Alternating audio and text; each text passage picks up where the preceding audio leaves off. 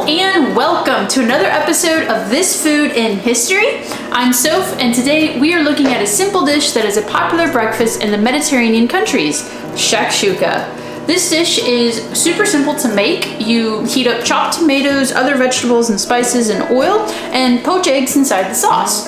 Variations on the vegetables can be found all over the many countries surrounding the Mediterranean and Middle East. You can even find versions that do not use tomatoes and use various greens instead. But where did this dish come from?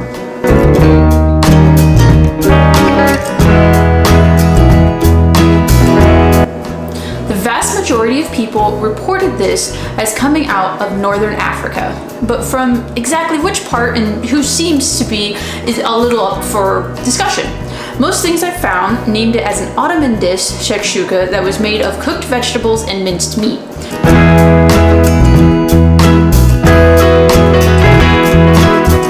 I found a source that says the word shakshuka roughly can be translated to shaked or mixed up, which is not technically wrong for how you make it.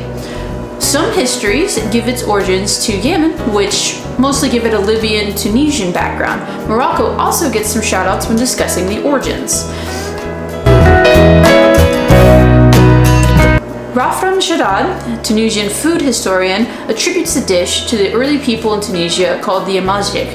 The origins he gave it have it growing in the Amazigh Triangle, which can consist in the areas spanning a small part of eastern Algeria, bordering Tunisia, southern Tunisia, and the northwestern part of Libya, bordering Tunisia.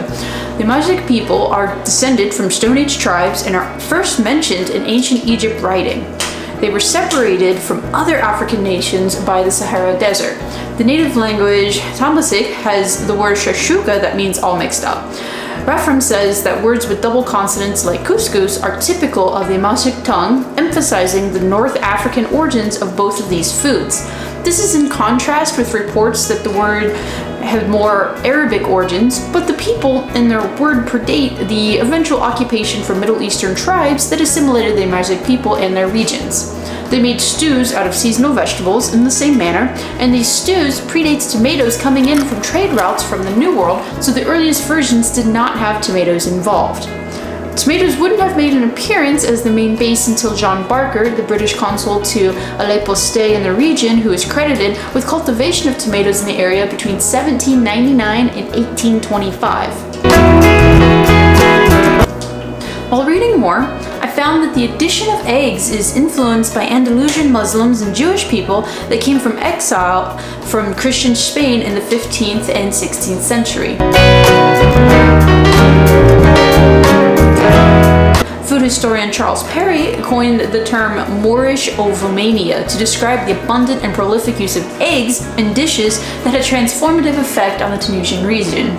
You can find a lot of dishes loaded with eggs from the region these days. So now that we have variations of the origins, what happened next? This part seems to be relatively more agreed on, though still not certain. We know we have vegetable stews all over the northern African regions, but then it starts to grow out of this area into the Middle East and Spain and even Italy. Jewish tribes have the flag for this section. They brought it with them as they migrated or were expelled from these areas and up through the Middle East. We also see a version appear in Italy called ovo imperatorio, eggs purgatory, and eventually the Mexican huevos rancheros. Spain has pisto manchego, which is a sunny side up egg on a stew of tomatoes, eggplants, peppers, and spices.